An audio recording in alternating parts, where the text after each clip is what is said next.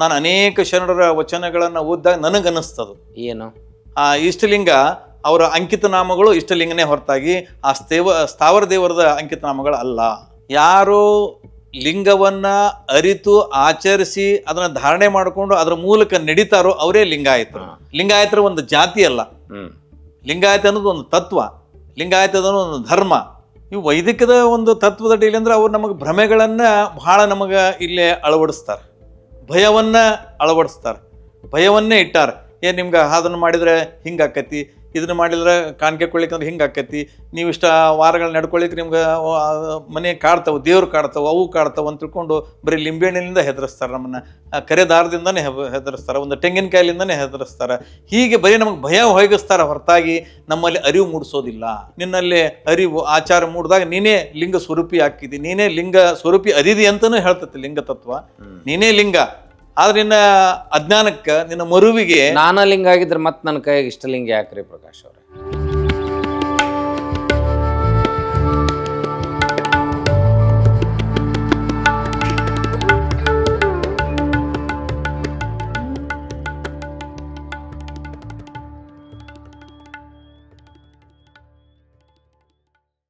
ಆತ್ಮೀಯರೇ, ಶರಣಾರ್ಥಿ. ಬಸವತತ್ವ ನಿಷ್ಠೆ, ಲಿಂಗಾಯತ ಧರ್ಮದ ಪ್ರಚಾರ, ನಿಜಾಚರಣೆಗಳ ಸಂದರ್ಭ ಬಂದಾಗ ಗದುಗಿನ ಜಗದ್ಗುರು ತೋಂಟದಾರ್ಯ ಮಠದ ಮೂಲಕ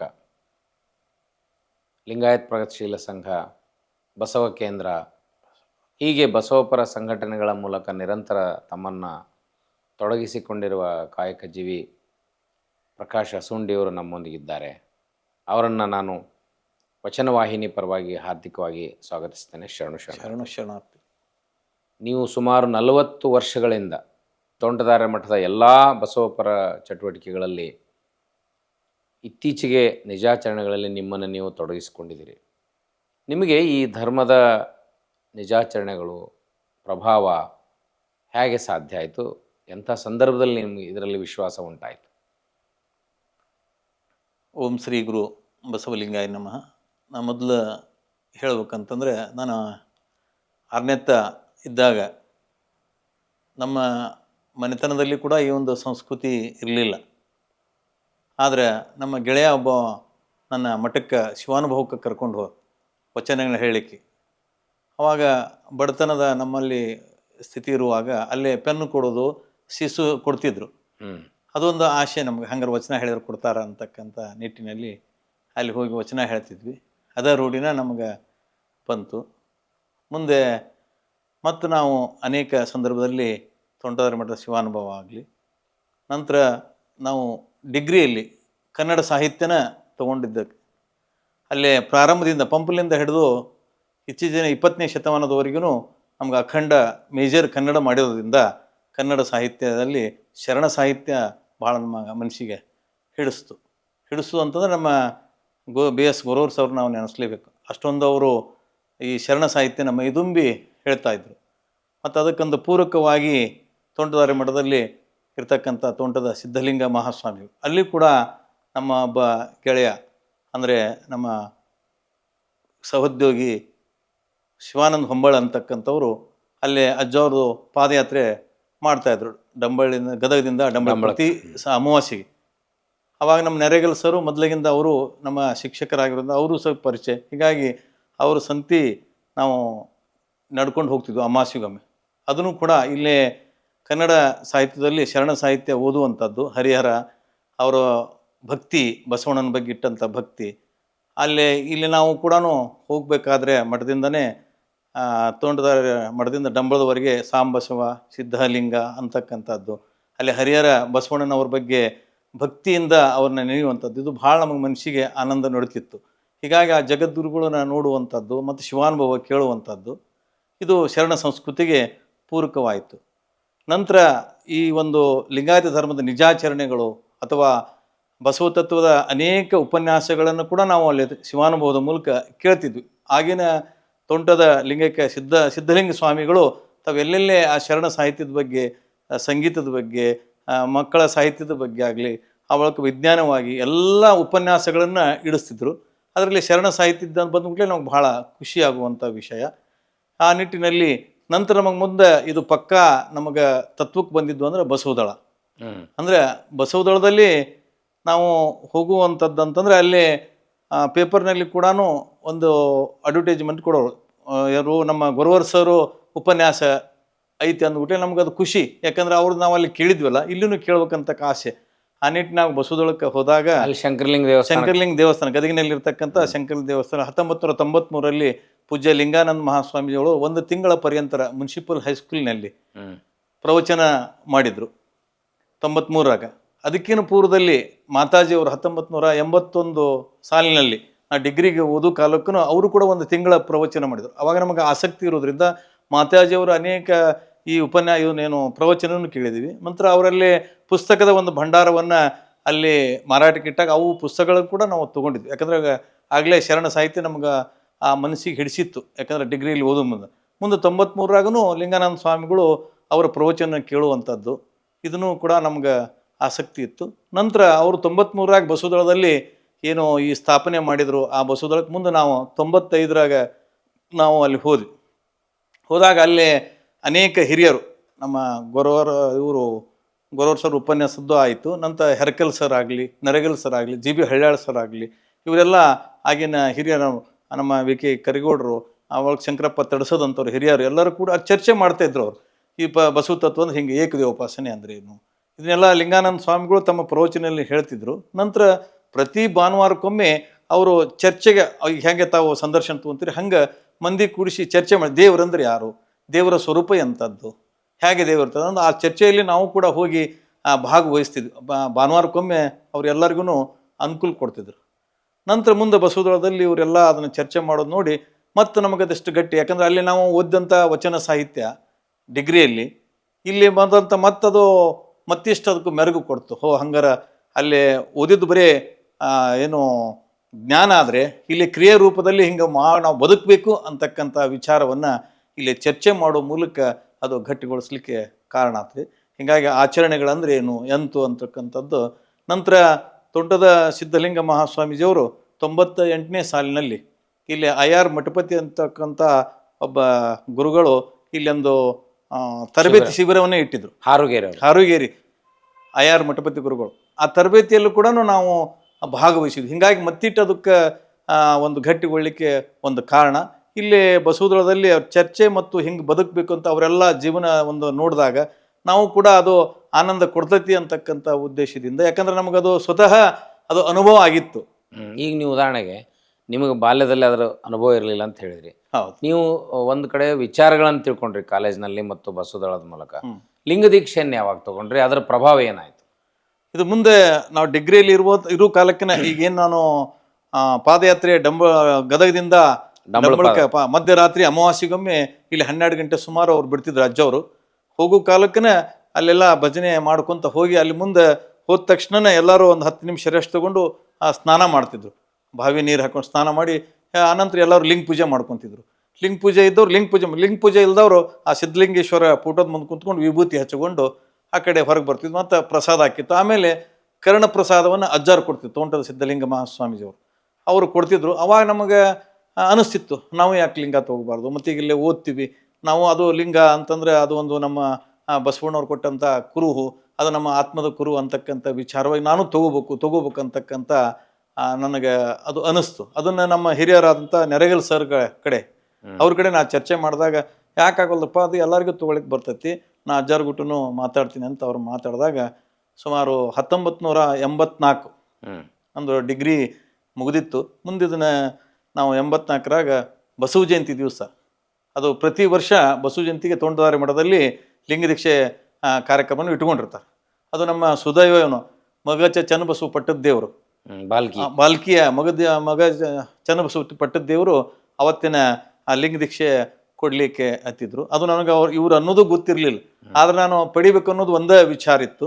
ಆ ನಿಟ್ಟಿನಾಗೆ ನಮ್ಮ ನೆರೆಗಲ್ ಸರ್ಗಳಿಗೆ ಸಂಪರ್ಕ ಮಾಡಿದಾಗ ನೀನು ಬೆಳಗ್ಗೆ ಎದ್ದು ಎಲ್ಲ ಸ್ನಾನ ಮುಗಿ ಒಳ್ಳೆ ಬಟ್ಟೆ ಶುಭ್ರ ಬಟ್ಟೆ ಹಾಕ್ಕೊಂಡು ಬಾಪ ಅಂದ್ಕೊಂಡು ಹೇಳಿದರು. ಆ ರೀತಿಯಾಗಿ ನಾನು ಬಂದು ಅಲ್ಲೇ ಲಿಂಗದೀಕ್ಷೆ ತೊಗೊಂಡಿದ್ದೆ. ಅವ್ರು ಹೇಳಿದಂಥ ಮಂತ್ರ, ಅವರು ಕೊಟ್ಟಂಥ ಒಂದು ನಮಗೆ ಆಶೀರ್ವಾದ ಅಥವಾ ಅವರು ಮಾರ್ಗ, ಅದು ಮಾರ್ಗ ನಮ್ಮ ಒಳಗನೆ ಅದು ಮತ್ತಿಷ್ಟು ಗಟ್ಟಿ ಆಗ್ಲಿಕ್ಕೆ ಕಾರಣ ಆಯ್ತು ಅಂತ ನನಗೆ ಅನಿಸ್ತಿತ್ತು. ಯಾಕಂತಂದ್ರೆ ಇಲ್ಲಿ ಬಸವದಳದಲ್ಲಿ ಆ ವಿಚಾರ ನಾವು ಚರ್ಚೆ ಮಾಡಿ ಚಿಂತನೆ ಮಾಡಿ ಓದಬೇಕು, ನಾವು ಅದನ್ನು ಪಡಿಬೇಕು ಅಂತಕ್ಕಂಥ ವಿಚಾರ ಬಂದಾಗ ಅವಾಗ ಆ ಗುರುಗಳದ ನಮ್ಗೆ ನೆನಪಾಕಿತ್ತು. ಮತ್ತು ಸಿದ್ಧಲಿಂಗ ಶ್ರೀಗಳ ಒಂದು ಆಶೀರ್ವಚನ ಕೂಡ ಭಾಳ ನಮಗೆ ಪ್ರಭಾವ. ಮುಂದೆ ಅಲ್ಲಿ ನಡೀತಕ್ಕಂಥ ಕಾರ್ಯಕ್ರಮ ಆಗಲಿ, ಅವರು ಅದೇ ರೀತಿ ನಾವು ಕೂಡ ಆಗಬೇಕು ಅಂತಕ್ಕಂಥ ಹಂಬಲ. ಯಾಕಂದ್ರೆ ನೋಡಿ ಕಲಿ, ಮಾಡಿ ಕಲಿ, ಕೇಳಿ ಕಲಿ ಅಂತಕ್ಕಂಥ ವಿಚಾರವಾಗಿ ನಾವು ಕೂಡ ಈ ರೀತಿ ಆಗಬೇಕಲ್ಲ ಅಂತಕ್ಕಂಥದ್ದು. ಹೇಗೆ ಶರಣರು ಆದರೂ ಬಸವಣ್ಣನ ಒಂದು ಸಂಪರ್ಕದಿಂದ ಆದರೂ ನಾವು ಕೂಡ ಆ ಒಂದು ತತ್ವದಲ್ಲಿ ಬರಬೇಕು ಅಂತಕ್ಕಂಥ ವಿಚಾರವಾಗಿ ಮತ್ತು ನಾವು ಬಸವದಳದಲ್ಲಿ ಅನೇಕ ಹಿರಿಯರು ಮತ್ತು ನಮ್ಮ ಮೊಗದವರಾಗಲಿ, ನಂತರ ಕರಿಗೌಡರಾಗಲಿ, ಕಾಮಣ್ಣವರಾಗಲಿ, ಇನ್ನೂ ಅನೇಕ ಸಮಕಾಲೀನ ಎಲ್ಲ ವಿಚಾರಗಳು ಚರ್ಚೆ ಆಗ್ತಿದ್ವು. ಚರ್ಚೆ ಆಗೋ ಕಾಲಕ್ಕೆ ಗಟ್ಟಿಗೊಳ್ಬೇಕಾದಂತಂದ್ರೆ ನಾವು ಹಂಗಾರೆ ಈ ರೀತಿ ಇರಬೇಕು, ಇವುಗಳನ್ನು ಆಚರಿಸ್ಬೇಕು. ಏಕದೇವೋಪಾಸನೆ ನಾವು ಕೂಡ ಮೊದಲು ಬಹುದೇವೋಪಾಸಕರನ್ನಾಗಿದ್ವಿ. ದೇವಸ್ಥಾನಗಳಿಗೆಲ್ಲ ಹೋಗಿ ಎಲ್ಲ ದೇವಸ್ಥಾನಗಳಿಗೆ ಹೋಗಿ ಪೂಜನೆ ಮಾಡ್ತಿದ್ವಿ. ಮತ್ತು ಇನ್ನೊಂದು ಆಶ್ಚರ್ಯ ಅಂತಂದ್ರೆ ನಮಗದು ಡಿಗ್ರಿಯಲ್ಲಿ ನಾನಲ್ಲಿ ಓದು ಕಾಲಕ್ಕೆ ಶರಣ ಸಾಹಿತ್ಯ ಹರಿಹರನ ಪುಷ್ಪರಾಜ ದೇವರಗಳೇ, ಬಸವರಾಜ ದೇವರಗಳೇ ಅಲ್ಲಿ ಹೇಗೆ ಬಸವಣ್ಣನವರು ಆ ಪೂಜೆಗಳನ್ನು ಮಾಡ್ತಿದ್ರು ಅಂದ್ರೆ ಮೊದಲ ಬಸವಣ್ಣವರು ಸ್ಥಾವರ ಪೂಜಕರನ್ನಾಗಿದ್ರು. ಹರಿಹರ ಹೇಳ್ತಾನೆ ಅವರು ಹೆಂಗ ಬಸವಣ್ಣವರು ಆ ಒಂದು ಪೂಜೆ ಮಾಡ್ತಿದ್ರು ಅಂತಂದ್ರೆ ಬೆಳಗಿನ ಜಾವ ನದಿಯಲ್ಲಿ ಚುಮು ನೆಸಗಿನ ಕಾಲಕ್ಕೆ ಇದು ನದಿಯಲ್ಲಿ ಮಿಂದು ಪುಷ್ಪಗಳನ್ನೆಲ್ಲನೂ ಅವನ್ನ ಹರ್ಕೊಂಡು ತನ್ನ ವಸ್ತ್ರದಲ್ಲಿ ಕಟ್ಕೊಂಡು ಬರೋ ಮುಂದೆ ದುಂಬಿಗಳು ಅವ್ರ ಬೆನ್ನು ಹತ್ತಿದ್ವು ಅಂತ. ಯಾಕಂದ್ರೆ ಮಕರಂದ ಹೇರ್ಲಿಕ್ಕೆ ಗಿಡಕ್ಕೆ ಹೋಗಿದ್ರೆ ಗಿಡದಲ್ಲಿ ಪುಷ್ಪ ಇರ್ತಿರ್ಲಿಲ್ಲ, ಇವರು ಅದು ವಸ್ತ್ರದಲ್ಲಿ ಕಟ್ಕೊಂಡ್ ಬರ್ತಿದ್ರು. ಆ ಕಟ್ಕೊಂಡು ಬಂದಂತ ಮಕರಂದ ಹೇರ್ಲಿಕ್ಕೆ ಇವ್ರ ವಸ್ತ್ರಕ್ಕೆ ಗಂಟು ಬೀಳ್ತಿದ್ವು ಅಂತ ಹೇಳ್ತಾರೆ. ನಂತರ ಅವು ಬಂದು ಅಲ್ಲೇ ಈ ಸ್ಥಾವರ ಕಪ್ಪಡಿ ಅಂತಕ್ಕಂಥ ಗ್ರಾಮ, ಅಲ್ಲಿರ್ತಕ್ಕಂಥ ಸಂಗಮನಾಥ ದೇವಾಲಯ, ಆ ದೇವಾಲಯದ ಸಂಗಮನಾಥನ ಅರ್ಚನೆ ಮಾಡ್ತಿದ್ರು. ಅರ್ಚನೆ ಮಾಡಿ ತಮ್ಮ ಆತ್ಮನಿವೇದನೆಯನ್ನ ಬಸವಣ್ಣವರು ಮಾಡ್ಕೊಂತಿದ್ರು ಅಂತ ತಿಳ್ಕೊಂಡು ಹರಿಹರ ಅದನ್ನು ಬೆಳೆದ. ಅದೇ ರೀತಿ ನಾವು ಕೂಡ ಇಲ್ಲಿ ನಮ್ಮ ಮನೆಯಲ್ಲಿ ಕೂಡ ಹೂಗಳನ್ನು ತಗೊಂಡು ತ್ರಿಕಟೇಶ್ವರ ದೇವಸ್ಥಾನ ಅಂತ 3 ಈಶ್ವರ ಇಲ್ಲಿ ನಮ್ಮ ಸರಾಬ್ ಬಜಾರ್ದಲ್ಲಿ ಐತಿ, ಅಲ್ಲಿಯೂ ಕೂಡ ಹೋಗಿ ನಾನು ಕೂಡ ಆ ಅರ್ಚನೆ ಅದನ್ನು ಮಾಡಿ ಆ ಹೂಗಳನ್ನು ಏರಿಸಿ ಆನಂದ ಪಡುವಂಥದ್ದು ಅಲ್ಲೇ ಓದಿದ್ದು ಮತ್ತು ಇಲ್ಲೊಂದು ಕ್ರಿಯೆ ಎರಡೂ ಅದು ಒಂದು ಕೂಡ ನಮ್ಗೆ ಭಾಳ ಆನಂದವನ್ನು ನೀಡ್ತಿತ್ತು. ನಂತರ ಇಲ್ಲಿ ಚರ್ಚೆ ಮಾಡೋ ಕಾಲಕ್ಕೆ ಮತ್ತು ಲಿಂಗ ದೀಕ್ಷೆ ತಗೊಂಡಿಂದ ಅವಾಗ ಇದು ಎಲ್ಲನೂ ಬಹುದೇವೋಪಾಸನೆ ನಿಂತು. ಈಗ ನಾವು ಬಾಲ್ಯದಿಂದ ಅದನ್ನು ಮಾಡ್ಕೊಂತ ಬಂದಿರ್ತೀವಿ, ಒಂದು ವೇಳೆ ಬಿಟ್ಟರೆ ನಮಗೆ ಪಾಪ ಪ್ರಜ್ಞೆ ಕಾಡ್ತತಿ ಅನ್ನೋದು ಸಾಮಾನ್ಯರ ಅಭಿಪ್ರಾಯ, ಬಹುದೇವೋಪಾಸನೆ ಮಾಡೋರ ಅಭಿಪ್ರಾಯ. ನೀವು ಲಿಂಗ ದೀಕ್ಷೆ ತೊಗೊಂಡ್ಮೇಲೆ ಸಂಪೂರ್ಣವಾಗಿ ಮನಸ್ಥಿತಿಯಿಂದ ಬಹುದೇವೋಪಾಸನೆಯನ್ನು ಬಿಡ್ಲಿಕ್ಕೆ ಹೆಂಗೆ ಸಾಧ್ಯ ಆಯಿತು? ಅದು ಲಿಂಗದ ತತ್ವದ ಅನೇಕ ವಚನಗಳು, ಶರಣರ ಅನೇಕ ವಚನಗಳು, ತನ್ನ ತಾನಾರಿದಡೆ ತಾನೇ ದೇವ ನೋಡ ಅಂತಕ್ಕಂಥ ವಚನ ಆಗಲಿ, ಅವಳಕ್ಕೆ ನಾವೊಂದು ಸ್ಪಷ್ಟ ತಿಳ್ಕೊಂಡಿದ್ದು ಮೊದಲು ನೀನು ಗಟ್ಟಿ ಆಗು, ಆ ನಂಬು, ನೆರೆ ನಂಬು ಅಂತ ಹೇಳ್ತಾರೆ ಬಸವಣ್ಣ. ಒಮ್ಮೆ ನೀನು ಶಿವನೇನಲ್ವೋ, ಶಿವ ಅಂತಂದ್ರೆ ನಿನ್ನಲ್ಲಿ ಅದು ನಿಷ್ಠೆ ಬರ್ಬೇಕು, ಅದ್ರ ಬಗ್ಗೆ ಭಕ್ತಿ ಬರ್ಬೇಕು, ಏಕದೇವಾಸನ ಬರ್ಬೇಕಂದ್ರೆ ನಾವು ಲಿಂಗದ ಮೇಲೆ ನಿಷ್ಠೆ ಇರಬೇಕು, ಲಿಂಗದ ತತ್ವವನ್ನು ಅಳವಡಿಸ್ಕೋಬೇಕು. ಅಂದಾಗ ನಿನಗೆ ಏನೂ ಆಗೋದಿಲ್ಲ ಅಂತಕ್ಕಂಥ ಆ ಅನೇಕ ಶರಣರ ವಚನಗಳು ನಮ್ಗೆ ಅಧ್ಯಯನದ ಮೂಲಕ, ನಂತರ ಅನೇಕ ಶರಣರ ಉದಾಹರಣೆಗಳು ಕೂಡ ನಮ್ಮ ನೆರೆಗೆಲ್ಸರು ನಮ್ಗೆ ಉದಾಹರಣೆ ತಗೊಂತಿದ್ವಿ. ಅವರು ಕೂಡ ಅವ್ರು ಯಾವುದೇ ಬಹುದೇವೋಪಾಸಕರಾಗಿದ್ದಿಲ್ಲ, ಅವರಾತು ನಮ್ಮ ಹೆರಕಲ್ ಗುರುಗಳಾತು, ಇವರೆಲ್ಲರೂ ಏಕದೇವೋಪಾಸಕರಾಗಿದ್ರು. ಅಲ್ಲಿ ನಮ್ಮ ಬಸವದಳದೆಲ್ಲ ಅನೇಕ ಶರಣರು ಅವರು ಇವನ್ನ ಹೇಳ್ತಿದ್ರು, ಏನೂ ಆಗೋದಿಲ್ಲ, ಇದು ಸುಮ್ಮನೆ ನಮ್ಮನ್ನ ನಂಬಿಸಿ ನಮ್ಮನ್ನ ಬೇರೆ ಕಡೆ ಒಯ್ತಾರ. ಆದ್ರೆ ಇಲ್ಲಿ ಒಂದೇ ಮಾಡೋದ್ರಿಂದ ಮತ್ತೆ ಹಂಗಾರೆ ಶರಣರು ಯಾಕೆ ಅವ್ರು ಅಷ್ಟೊಂದು ನಂಬಿದ್ರು? ಮತ್ತೆ ಅವ್ರಿಗೂ ಎಲ್ಲ ಇದ್ವಲ್ಲ, ಅವರು ಬಹುದೇವ ಒಂದಿಷ್ಟು ಎಷ್ಟೋ ಶರಣರು ನಾವು ಚರಿತ್ರೆ ನೋಡಿದಾಗ ಅವರು ಮೊದಲ ಸ್ಥಾವರ ದೇವರ ಪೂಜೆ ಮಾಡಿ ನಂತರ ಕಲ್ಯಾಣಕ್ಕೆ ಬಂದು ಅಲ್ಲಿ ಅವ್ರೆಲ್ಲ ಅವ್ರದ್ದು ಏನು ಅಂಕಿತನಾಮ ಇದ್ವಲ್ಲ, ಅವು ಬಹುದೇವೋಪಾಸನೆ ದೇವಸ್ಥಾನದ ಅಂಕಿತಗಳೇ ಆಗಿದ್ದು ಪ್ರಥಮದಲ್ಲಿ.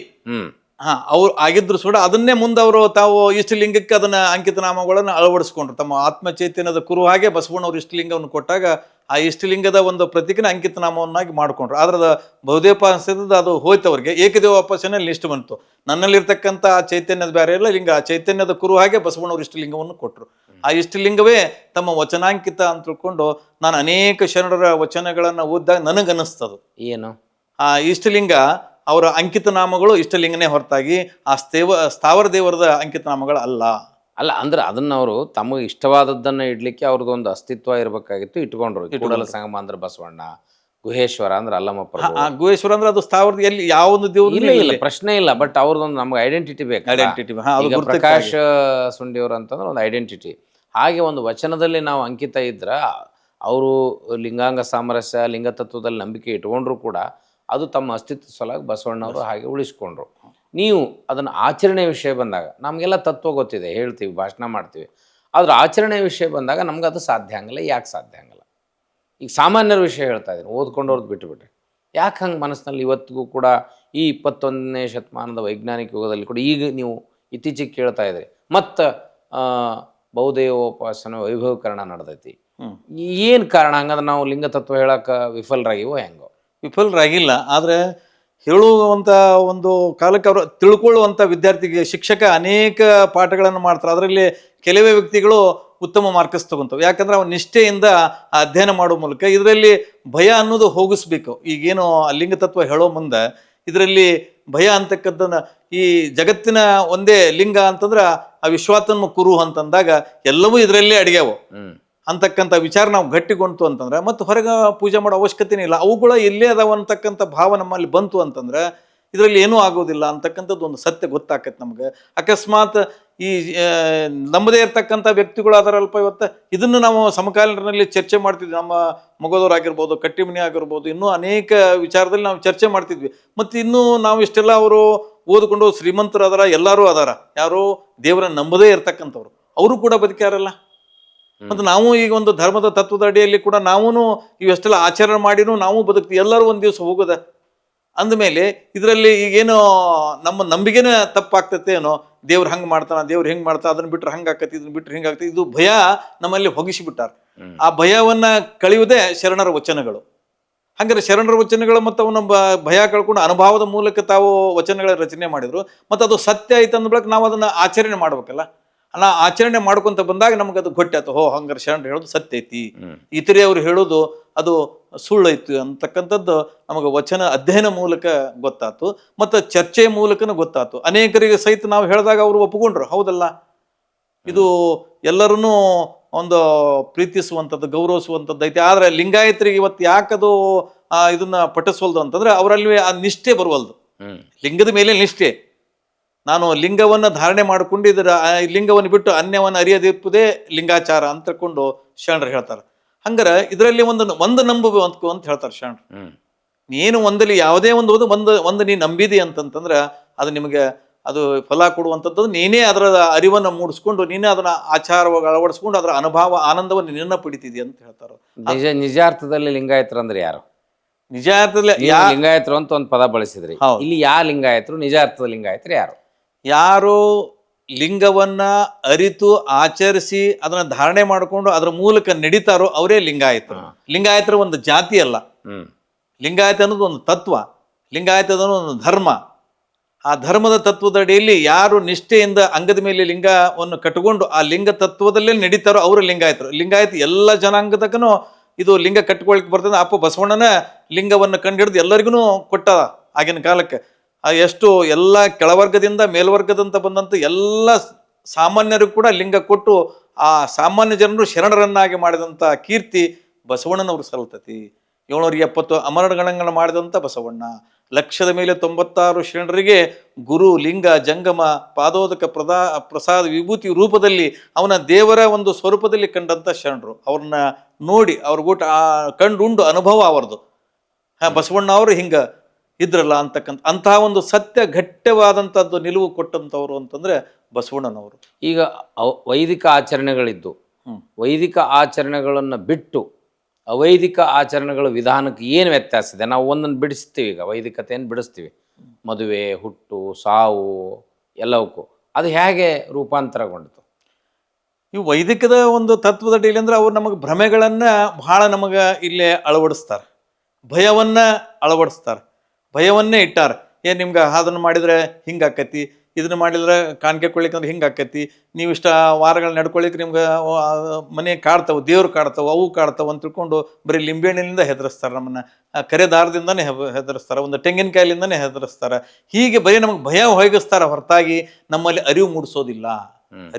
ಆದರೆ ಇಲ್ಲಿ ವಚನ ಸಾಹಿತ್ಯ ನಮಗೆ ಅರಿವು ಮೂಡಿಸ್ತತಿ, ನಮ್ಮಲ್ಲಿ ತಿಳುವಳಿಕೆ ಕೊಡ್ತೈತಿ. ಹಂಗಾರೆ ನೀನು ಬಿಟ್ಟು ನೋಡಪ್ಪ ಏನಾಕೈತಿ, ಅದನ್ನು ಪ್ರಯೋಗ ಮಾಡತಕ್ಕಂಥ ಶರಣರು ಹೇಳ್ತಾರೆ. ಅದನ್ನು ನಿನ್ನನ್ನು ನೀನು ತಿಳ್ಕೊಂಡು ನೀನು ಅದನ್ನು ಆಚರಣೆ ಮಾಡು, ಆಚರ್ಷೆ ಮಾಡ್ಕೊಂತ ನೀವು ಹೋದಿ ಅಂತಂತಂದ್ರೆ ನಿನಗದು ಗೊತ್ತಾಗತ್ತೆ. ಅವಾಗ ಸತ್ಯ ಗೊತ್ತಾಗತ್ತಂದ್ರೆ ಮನುಷ್ಯ ಎಲ್ಲನೂ ಬಿಟ್ಬಿಡ್ತಾನ.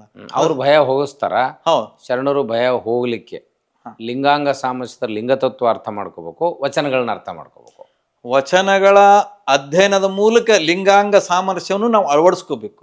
ಯಾಕಂದ್ರೆ ಲಿಂಗ ಅಂತಂದ್ರೆ ನನ್ನಲ್ಲಿರ್ತಕ್ಕಂಥ ಅಜ್ಞಾನ ಕಳೆಯುವಂಥದ್ದು ಒಂದು ಮುಖ್ಯ ಲಿಂಗ ತತ್ವ. ನನ್ನಲ್ಲಿರ್ತಕ್ಕಂಥ ಅಜ್ಞಾನ ಹೋಗಿ ಆಚಾರ ಒಳ್ಳೆ ಸುಜ್ಞಾನ ಬರಬೇಕು. ಸುಜ್ಞಾನ ಬರ್ಬೇಕಂತಂದ್ರೆ ಲಿಂಗ ತತ್ವ ಏನು ಹೇಳ್ತತಿ, ನೀನು ಎಲ್ಲರನ್ನು ಗೌರವಿಸು, ಎಲ್ಲರನ್ನೂ ಪ್ರೀತಿಸು, ಎಲ್ಲರನ್ನೂ ಸಮಾನತೆಯಿಂದ ಕಾಣು, ಎಲ್ಲರಲ್ಲಿನ ನೀನು ಗೌರವವಾಗಿ ನಡ್ಕೋ. ಆ ನಡ್ಕೊಂಡೆ ಅಂತಂತಂದ್ರೆ ನಿನ್ನಲ್ಲಿ ಅರಿವು ಆಚಾರ ಮೂಡಿದಾಗ ನೀನೇ ಲಿಂಗ ಸ್ವರೂಪಿ ಹಾಕಿದಿ, ನೀನೇ ಲಿಂಗ ಸ್ವರೂಪಿ ಅದಿದಿ ಅಂತನೂ ಹೇಳ್ತತಿ ಲಿಂಗ ತತ್ವ. ನೀನೇ ಲಿಂಗ.